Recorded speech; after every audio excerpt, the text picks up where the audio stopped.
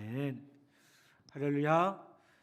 오늘 함께하는 우리 모든 성도들과 또 이 자리에서 함께 예배하는 모든 이들을 위해, 또 영상으로 함께하는 모든 이들을 위해 하나님의 놀라운 은혜가 가득하기를 간절히 축복합니다. 아멘. 다음 주가 우리 성탄절이고요. 또 한 해의 마지막 주일입니다. 다시 한번 성탄의 기쁨을 우리가 준비하고 맞이하는 귀한 은혜가 있기를 바라고요. 이 예배를 통해서 우리를 위해 이 땅 가운데 오신, 우리와 함께 하시는 그 하나님의 놀라운 은혜를 함께 누리는 우리 모두 되기를 간절히 축복합니다. 인디언들의 성인실에 관한 이야기를 읽은 적이 있습니다. 인디언들은요, 아들이 13살 성인이 되면 아주 독특한 성인식을 거행한다고 합니다. 우선은 그 소년이 13살쯤 되면 아버지는 그에게 사냥하는 법, 정찰하는 법, 칼 쓰는 법, 낚시하는 법 등을 가르칩니다. 그리고 13살 생일 어둑어둑 저녁 무렵에 아버지는 지금까지 한 번도 가족이나 부족을 떠난 일이 없었던 자기의 아들을요, 눈을 가리고 집에서 멀리 떨어진 숲속으로 데려갑니다. 그리고 숲속에 아들을 혼자 두고 나옵니다. 아버지와 약속한 일정한 시간이 지난 후에 소년은 눈을 가리고 있던 눈가리를 풉니다. 울창하고 우거진 어두운 숲속에 홀로 버려져 있는 자신의 모습을 발견하는 것입니다. 이제부터는 그 소년은 그 공포의 밤을 숲속에서 홀로 지새워야 합니다. 동물들이 울부짖는 소리가 들리면 숲속의 어둠 속에서 늑대라도 금방 달려나올 것 같은 긴장을 하면서요, 그 밤을 버티고 견딥니다. 소년에게 그 밤은 너무나도 무섭고 긴 밤이었을 것입니다. 그런데 영원히 끝날 것 같지 않던 그 밤이 몇 시간 지나자 희미해지며 새벽 여명을 알리는 빗줄기가 비치고요, 꽃들과 나무, 길이 보이기 시작합니다.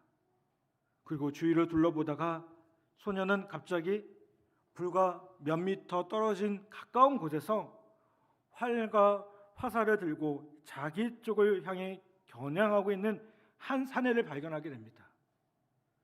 그 사람은 바로 소년의 아버지였습니다. 아버지가 거기서 아들과 함께 온 밤을 지새우신 겁니다. 사실상 소년은 혼자가 아니었습니다. 아버지가 거기에 함께 있었던 것입니다. 여러분, 이게 바로 에스겔서의 메시지입니다. 에스겔서는 크게 두 부분으로 나뉘어집니다. 1장부터 32장, 그리고 33장부터 48장으로 나뉘어집니다. 앞부분 1장부터 32장까지의 내용은요, 여호와가 거기 계시지 않다는 것, 즉 이스라엘 백성들이 그렇게 느끼고 있는 내용에 대해서 이야기하십니다. 하나님의 심판을 경험하며 이스라엘이 몰락하게 되는 과정을 보여주고 있습니다. 그런데 거기서 끝나지 않습니다. 뒷부분의 메시지 33장부터 48장까지의 메시지는 뭐냐면 여호와가 거기에 계시다는 거예요. 여기에는 이스라엘의 회복을 예언합니다. 앞부분에서 예루살렘 성은요, 적의 수중에 떨어져 함락되었고요, 이스라엘 백성들은 포로가 되었습니다. 그런데 이것이 이 이야기의 마지막이 아닙니다. 몰락과 함께 그 성을 회복하시는 하나님의 은혜의 드라마가 시작되는 것을 보게 됩니다. 에스겔서 36장 33절부터 35절을 보면 이렇게 말씀합니다. 주 여호와께서 이같이 말씀하셨느니라. 내가 너희를 모든 죄악에서 정결하게 하는 날에 상읍들이 사람들이 거주하게 하며 황폐한 것이 건축되게 할 것인즉, 전에는 지나가는 자의 눈에 황폐하게 보이던 그 황폐한 땅이 장차 경작이 될지라. 사람이 이르기를 이 땅이 황폐하더니 이제는 에덴 동산 같겠고, 황량하고 적막하고 무너진 성읍들의 성벽과 주민이 있다 하리니 라고 말씀합니다. 여러분 무슨 말씀하고 있습니까? 황폐해지고 황무해진 그 땅에 다시 건축이 되고요, 사람들이 모여 살게 될 것이라고 하고 있습니다. 회복이 이루어진다는 선언입니다. 그리고 이 회복의 절정으로 예루살렘 성이 재건되었을 때 하나님이 그 도시의 이름을 새롭게 허락하십니다. 그 도시의 이름이 무엇입니까? 오늘 본문에 나오는 여호와 삼마입니다. 삼마라는 뜻은 거기에라는 뜻입니다. 여호와는 다 아시죠? 하나님. 무슨 말이겠습니까? 거기에 계시는 하나님. 여러분, 하나님은 거기 계신 분이십니다. 여러분, 그 하나님은요, 그 땅을 회복시키시는 분이시고요, 그 하나님은 우리와 함께 하시며 우리 가운데 역사하시는 하나님이시라는 겁니다. 그러면 여러분, 여호와 삼마의 하나님은 어떤 하나님이겠습니까? 그 하나님은요, 과거에도 거기에 계셨던 하나님이심을 보게 돼요. 이스라엘이 그들의 역사를 통해서 가장 경험한 가장 어두운 과거는 무엇이겠습니까? 포로가 되었다는 겁니다. 이스라엘 백성들이 40년 동안 포로 생활을 하죠. 본문이 바로 이 바벨론 포로 생활을 배경을 하고 있습니다. 하루 이틀도 아닙니다. 오랜 기간 동안 포로 생활을 합니다. 이건 완전한 절망입니다. 그런데 이런 바닥까지 떨어진 절망의 자리에서 하나님께서 개입하시자 갑작스럽게 놀라운 해방의 역사가 일어납니다. 이스라엘 백성들은 한순간 자유를 얻고요, 고향으로 돌아오게 됩니다. 이 감격을 시편 기자가 이렇게 노래를 합니다. 시편 126편 1절에 보면 이렇게 말씀해요. 여호와께서 시온의 포로를 돌려보내실 때에 우리는 꿈꾸는 것 같았도다. 여러분, 얼마나 감격적입니까? 시온의 포로를 돌려보내실 때 그들이 어땠다고요? 꿈꾸는 것 같았다고요. 여러분, 우리에게도 이런 감격이 있습니까? 여러분, 예수 믿는 사람들은 어떻게 살아갑니까?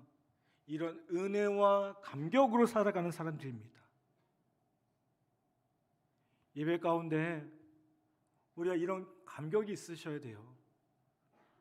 우리가 찬양하면서 주님 말씀하시면 내가 나가리다, 주님 뜻이 아니면 내가 멈춰서리다 라고 고백합니다. 그러면 그것에 대한 분명한 감격이 있어야 됩니다. 나 같은 죄인 살리신 주 은혜 놀라와 생각할 때마다 놀라운 감격이 있으셔야 됩니다.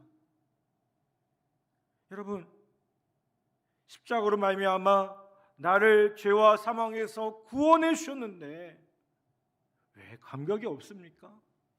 왜 밍숭밍숭합니까? 여러분, 우리가 감사해야 될 많은 제목들이 있습니다. 지금까지 우리를 인도하신 하나님의 은혜에 대해서도 감사하셔야 돼요. 2022년 정말 어렵고 힘겨운 일들이 많았지만 우리가 지금 이 자리에서 예배할 수 있는 것이 큰 감사의 조건입니다. 아멘. 근데 그 중에 가장 큰 감사는 뭘까요? 바로 나를 구원하셨다는 구원에 대한 감사입니다. 주님은 우리의 인생의 가장 어두웠던 밤, 우리가 주를 모르고 죄의 노예가 되어서 신음하고 고통스러워하고 아파할 때도 우리와 함께 하시며 우리의 구원을 계획하셨던 하나님이십니다. 당신을 거역했던 백성들, 당신을 떠나서 죄를 좋아하고 우상을 섬겼던 그 백성들이 고통받고 부르짖음도 듣고 계셨던 그 하나님, 또 그 백성을 구원하시는 하나님이시라는 겁니다. 여러분, 우리들이 지나온 어두운 밤, 죄악의 밤에도 그분은 거기 계셨습니다. 그분의 이름은 무엇입니까? 여호와 삼마, 우리와 함께 하시는 하나님이시라는 겁니다. 구원의 사건은요, 그리스도인들의 경험 가운데 가장 위대한 사건입니다. 그런데 여러분, 구원이 신앙생활의 마지막이 아닙니다. 내가 구원받으면 끝났다라고 말하는 데가 있으면 그거 이상한 겁니다. 기독교 이단 가운데 구원파들이 있어요. 뭐라고 얘기합니까? 이렇게 얘기해요. 한번 구원의 진리를 깨달으면 끝이 있다고요. 아니요. 성경을 읽어보십시오. 끝 아닙니다. 새로운 시작입니다. 여러분, 이곳에서 2년 동안 또 1년 동안 좋은 교육을 잘 받으셨습니다. 그러면 끝입니까? 여러분의 군생활이 끝난 겁니까? 아닙니다. 여러분, 이제 여러분이 갈 야전이 있고요, 실무가 있습니다. 지휘관을 달고 때로는 참모로서 또 여러 가지 역할들을 감당하셔야 됩니다. 배운 것들을 잘 써먹어야 되지 않겠습니까? 여러분, 신앙도 마찬가지입니다. 내가 구원의 은혜로 감격이 있고 그 은혜로 살아갑니까? 그럼 이제 시작인 겁니다. 그런데 그 시작을 하는데요, 어떻습니까? 이게 믿지 않을 때와 못지않은 고난이 있음을 보게 돼요. 여러분, 주님은 우리의 유익을 위해서 우리의 인생길에 고난을 허용하시는 분이세요.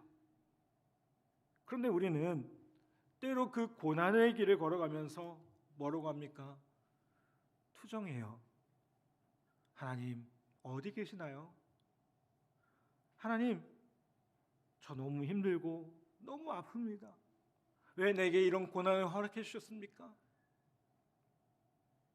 그러다가 우리가 어려움을 이기고 마침내 그분의 도우심으로 이 고난의 언덕을 넘어설 때 주님께 드리는 고백이 있음을 보게 됩니다.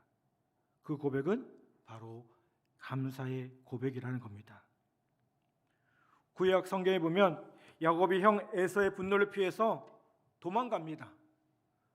하란으로 도망갑니다. 외삼촌 라반의 집으로 가다가요, 너무 힘들고 지쳐서 들판에서 하룻밤을 보내게 됩니다.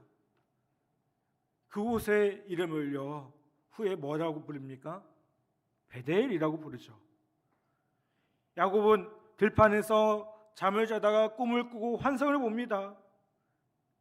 그 환상을 보고 잠에서 벌떡 일어나 아주 야곱이 흥미로운 고백을 합니다. 창세기 28장에 보면 뭐라고 고백하냐면요, 여호와께서 과연 여기 계시거늘 내가 알지 못하였도다 라고 고백합니다. 여러분, 무슨 말입니까? 하나님이 여기 계셨는데 자신이 몰랐다는 거예요. 야곱은 몰랐지만 하나님은 야곱과 함께 하셨습니다. 여러분, 고난의 시간을 보내며 어떻게 해야겠습니까? 성령님의 도우심을 구하기를 바랍니다. 주님, 내 눈을 열어주십시오. 그렇게 기도한 후에 여러분의 걸어왔던 인생의 길을 되돌아보십시오. 우리가 절망했을 때, 몸도 마음도 지쳐서 쓰러져서 신음하고 아팠을 그때, 몸서리치도록 외로웠던 그 밤에 주님은 우리를 고와 같이 내버려 두셨습니까? 절대 아닙니다. 그분이 우리와 함께 하셨습니다. 아무도 알아주는 사람 없다고 혼자라고 느꼈을 그때 주님은 거기에 계셨다는 겁니다. 나와 함께 하셨다는 겁니다. 여러분, 그분은 거기에도 계셨고요, 오늘 함께 예배하는 오늘 우리와 함께 하시는 분이십니다. 그분의 이름은 변함없이 여호와 삼마.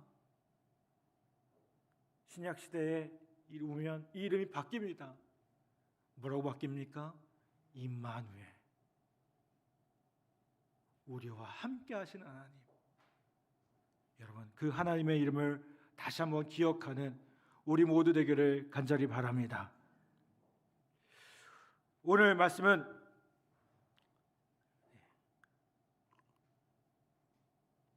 에스겔 선지자가 에스겔의 대단원을 마무리하는 마지막 구절입니다. 예루살렘 성의 둘레가 지금 단위로 계산하면요, 약 9km 정도 됐다고 합니다. 그렇게 크게 느껴지지 않지만 전에 예루살렘 성보다 넓어진 겁니다. 그런데 에스겔 선지자는요, 예루살렘 성이 다시 회복되어지고 넓어졌다는 강조에서 끝나지 않고요, 뭐라고 하냐면 그 성읍의 이름을 여호와 삼마라고 할 것이라고 말을 합니다. 이 성의 영광은요, 단순히 이 성의 외적인 회복, 성벽이 쌓아지고 그것이 넓어지는 그 회복이 아니라 이 성에 하나님이 거하신다는 사실입니다. 영광스럽고 충만한 하나님의 임재가 유감없이 드러나는 하나님의 임재야말로 이 성의 영광이 되리라는 말씀이라는 겁니다. 여러분, 에스겔이 보았던 회복된 예루살렘 성의 환상은요, 여기서 끝나지 않습니다. 요한계시록 21장에 보면 이 말씀이 또다시 반복이 됩니다. 1절 2절에 보면 이렇게 말씀합니다. 또 내가 새 하늘과 새 땅을 보니 처음 하늘과 처음 땅이 없어졌고 바다도 다시 있지 않더라. 또 내가 보니 거룩한 성 새 예루살렘이 하늘에서 내려오니 그 준비한 것이 신부가 남편을 위하여 단장한 것 같더라. 여러분, 뭐라고 말씀합니까? 마치 이 신랑을 위해 단장한 신부처럼 새 예루살렘은요, 단장을 하고 우리를 기다리고 있다는 거예요. 이게 천국에 대한 묘사입니다. 이 천국이 우리에게 이렇게 설명되고 있습니다. 3절에 보면 이렇게 말씀합니다. 내가 들으니 보좌에서 큰 음성이 나서 이르되 보라, 하나님의 장막이 사람들과 함께 있음에 하나님이 그들과 함께 계시리니 그들은 하나님의 백성이 되고 하나님은 친히 그들과 함께 계셔서 라고 말씀하고 있습니다. 여러분, 새 예루살렘, 영원한 천국을 묘사할 때 똑같은 단어가 사용됩니다. 그게 뭐예요? 하나님이 친히 그들과 함께 계셔서, 하나님이 함께 하신다는 거예요. 아멘. 여러분, 천국의 본질이 무엇입니까? 뭔가 우리가 잘해야만 거기서 뭔가 휘황찬란하게 누리는 게 천국일까요? 아닙니다. 천국의 본질은요, 하나님이 계신 곳이 천국입니다. 하나님이 다스려 주시고요, 하나님께서 역사하시는 곳이 천국입니다. 여호와 삼마, 그것이 천국의 본질이라는 겁니다.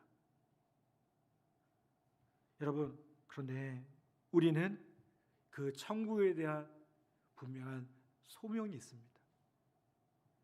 그 천국에 대한 분명한 확신이 있습니다.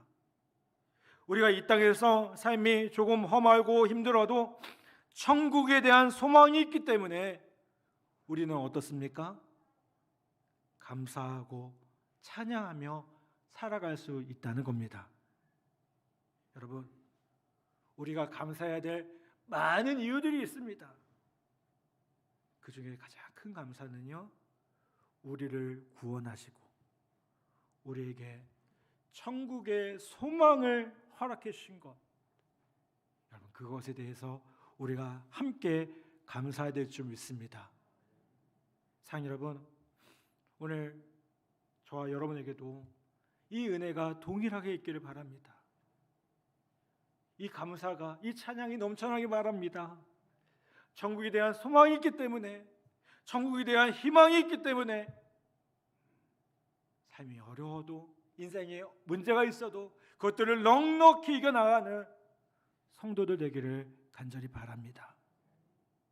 사랑 여러분, 그분은 우리와 함께 하시는 하나님이십니다. 우리가 성탄을 맞이합니다. 이 성탄이 왜 기쁨이 됩니까? 왜 즐거운 시간이 됩니까? 그분이 우리를 위해서 이 땅에 오셨다는 거 아니겠습니까? 임마누엘, 여러분, 이 단어를 들을 때마다 나를 위해서 이 땅에 오신 주님, 나를 위해서 가장 낮은 모습으로 인간이 되어서 이 땅에 오신 주님, 여러분 그 주님을 기억하며 감사하고 찬양하는 저와 여러분 모두 되기를 간절히 바랍니다. 그 주님이 과거에만 계신 분이 아닙니다. 2000년 전 어느 한 곳에 계셨던 분이 아닙니다. 그분은 지금 우리와 함께 하시는 분이시고요, 앞으로도 영원히 우리와 함께 하실 분이십니다. 여러분 그 주님을 기억하며 여호와 삼마, 그 임마누엘의 의미를 다시 한번 되새기며 감사하고 찬양하는 우리 복된 성도들 되기를 간절히 부탁을 드립니다. 여호와 삼마 놀라운 은혜가 우리의 삶 가운데 충만하기를 간절히 축원합니다. 이 시간 우리 말씀을 기억하며 우리 함께